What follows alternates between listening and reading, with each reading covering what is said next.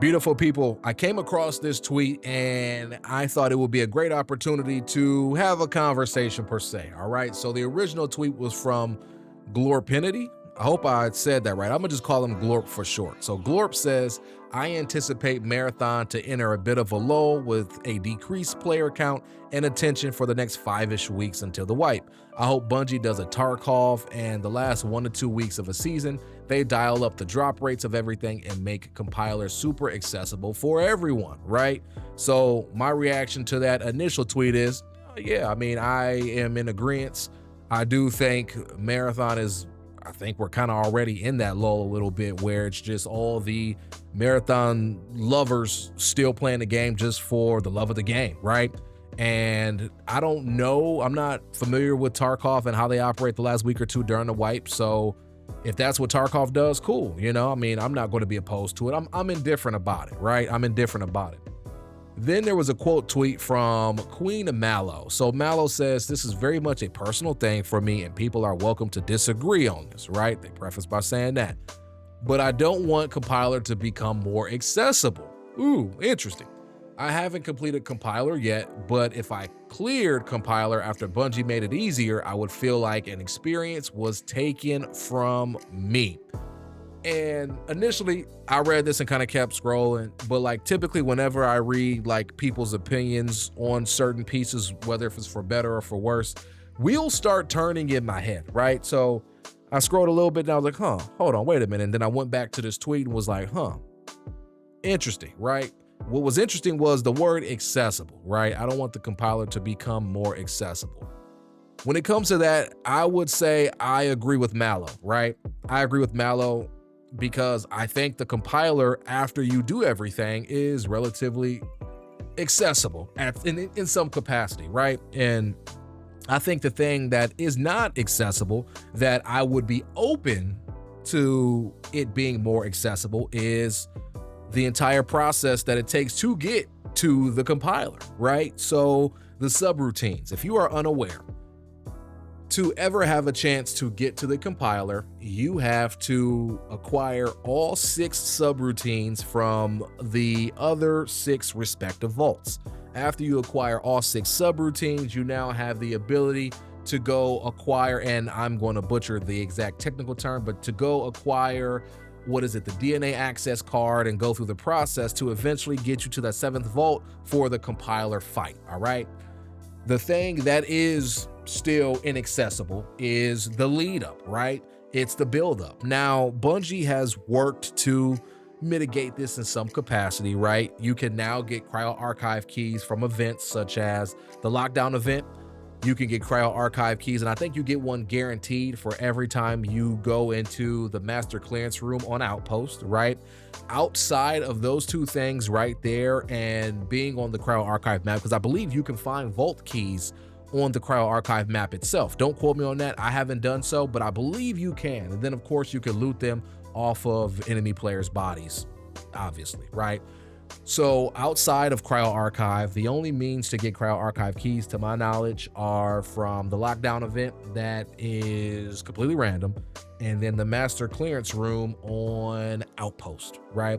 I don't know about any other events. You could have an opportunity to get a cryo archive key from other events, and I'm just unaware. And if I'm unaware, that's all good. That's all good. But the problem is the rarity of the key spawns, right? So a great example, in my vault right now, I want to say I have 4 different cryo archive keys. I have 1 key for vault 1. I have like 4 keys for vault 2. I have a vault 4 key and then like 3 vault 5 keys, right? And on paper, it's like, oh, cool, I get multiple opportunities to go complete the vaults, get the subroutines, yada, yada, yada, right?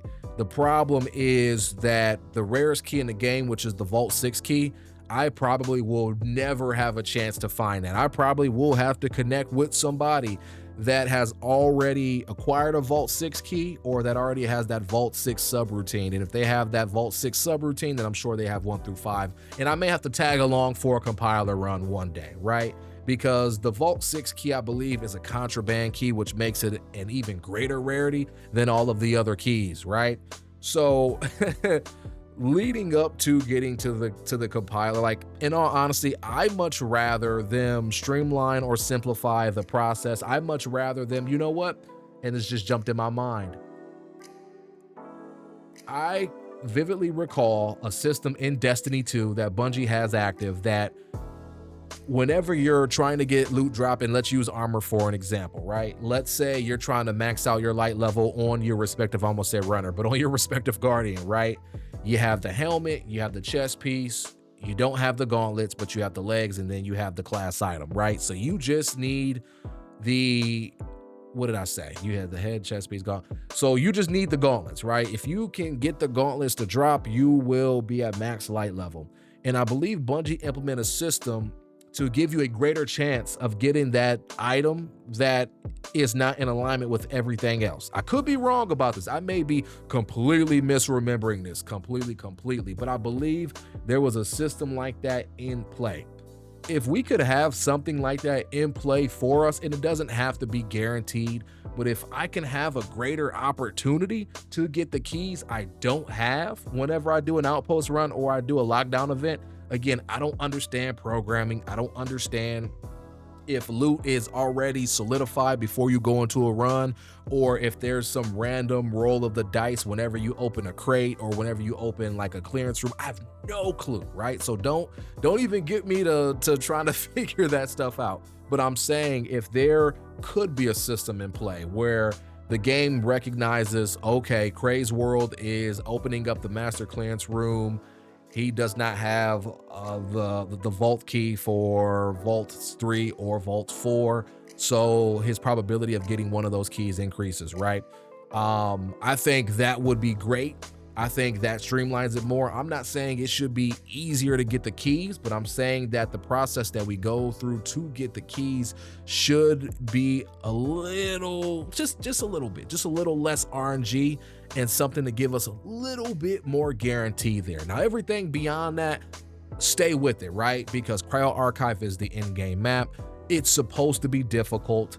Completing the vaults is supposed to be difficult. Getting to the compiler, right? Getting clearance level 5, getting the batteries, like all that stuff is supposed to be a challenge. Keep that. I have no problem with that whatsoever. But to me, the biggest limiting factor is key access and then getting the subroutines, especially when we're talking Vault 6. Like that is the one.